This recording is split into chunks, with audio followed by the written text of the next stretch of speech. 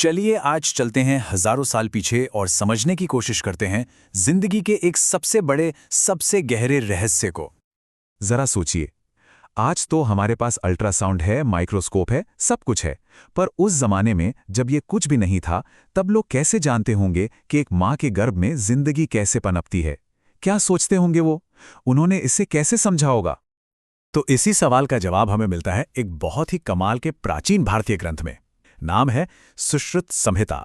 और यकीन मानिए, ये सिर्फ कोई पुरानी किताब नहीं है, ये तो ज्ञान का एक पूरा का पूरा सागर है। तो चलिए जानते हैं कि आखिर ये सुश्रुत संहिता है क्या और इसे मेडिकल की दुनिया का एक अजूबा क्यों माना जाता है। जरा सोच के देखिए, हम बात कर रहे हैं 6ठी शताब्दी ईसा पूर्व की, मतलब आज से करीब 2500 साल से भी पहले।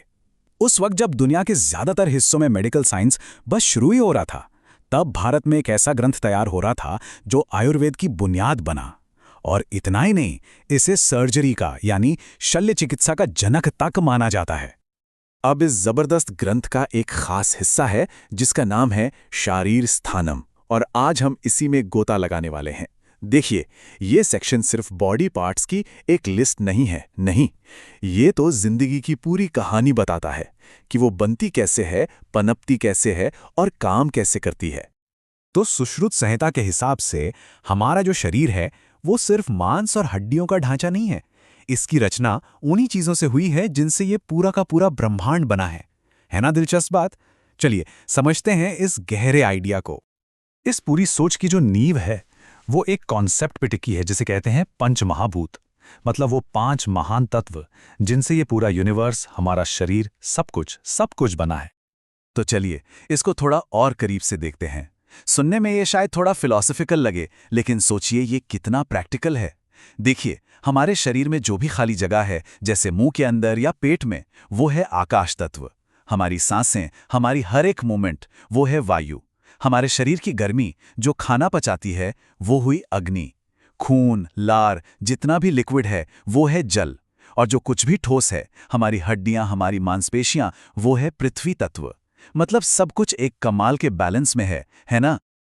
और ये जो श्लोक है, ये इसी नज़रिए को कितने खूबसूरत तरीके से समझाता है। ये कहता है कि जिंदगी सिर्फ एक बायोलॉजिकल प्रोसेस नहीं है, ये तो एक संगम है फिजिकल बॉडी का, चेतना यानी आत्मा का, और इन्हीं 5 ब्रह्मांडीय तत्वों का।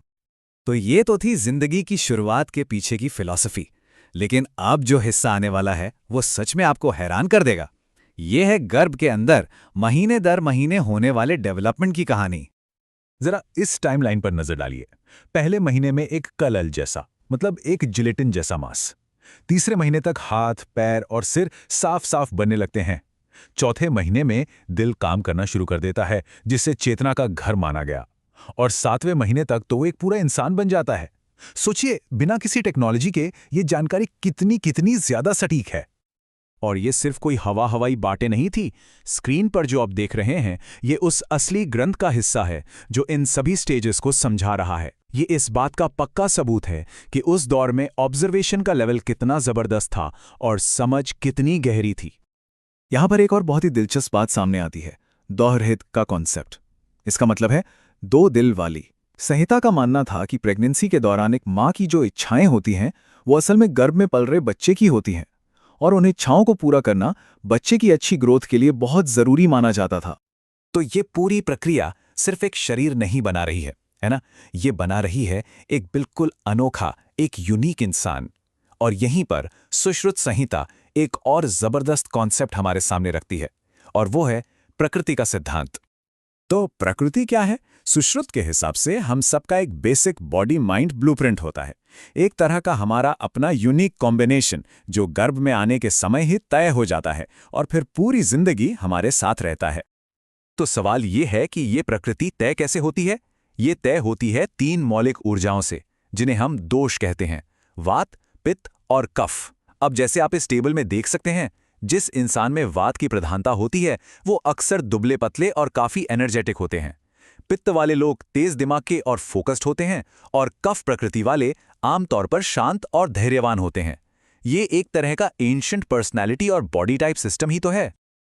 और ये सिर्फ कोई किताबी ज्ञान नहीं था, इसका असल मकसद था पर्सनलाइज्ड मेडिसिन, मतलब अगर किसी को अपनी प्रकृति पता है तो वो अपने लिए सही खाना, सही लाइफस्टाइल चुन सकता है ताकि वो हमेशा हेल्दी और बैलेंस्ड रहे। सोचिए कितना एडवांस कॉन्सेप्ट है ये। तो अब सवाल ये उठता है कि इन हजारों साल पुरानी बातों का आज के जमाने में क्या मतलब है? ये आज हमारे लिए क्यों जरूरी हैं? वो इसलिए क्योंकि सुश्रुत संहिता सिर्फ इतिहास की एक किताब नहीं है। ये तो इंसान की बुद्धि और उसकी जानने की इच्छा का एक जीता जागता सबूत है। देखिए, ये हमें बताती है कि इंसान हमेशा से अपने शरीर को बारीकी से समझना चाहता था। इसमें प्लास्टिक सर्जरी जैसी हैरान कर देने वाली तकनीकों का जिक्र मिलता है। ये गहरे दर्शन को असल जिंदगी के ऑब्जर्वेशन के साथ जोड़ती है और सबसे बड़ी बात, ये हमें याद दिलाती है कि हम सब अपनी शुरुआत को, अपनी जड़ों को समझने की कोशिश हमेशा से करते आए हैं। और आखिर में ये ग्रंथ हमें एक बड़े सवाल के साथ छोड़ जाता है कि हमारे प्राचीन ग्रंथों के पन्नों में हमारे ही बारे में और न जाने कितना भूला बिसरा ज्ञान छिपा हुआ है, जो शायद बस इस इंतजार में है कि कोई उसे फिर से खोज निकाले।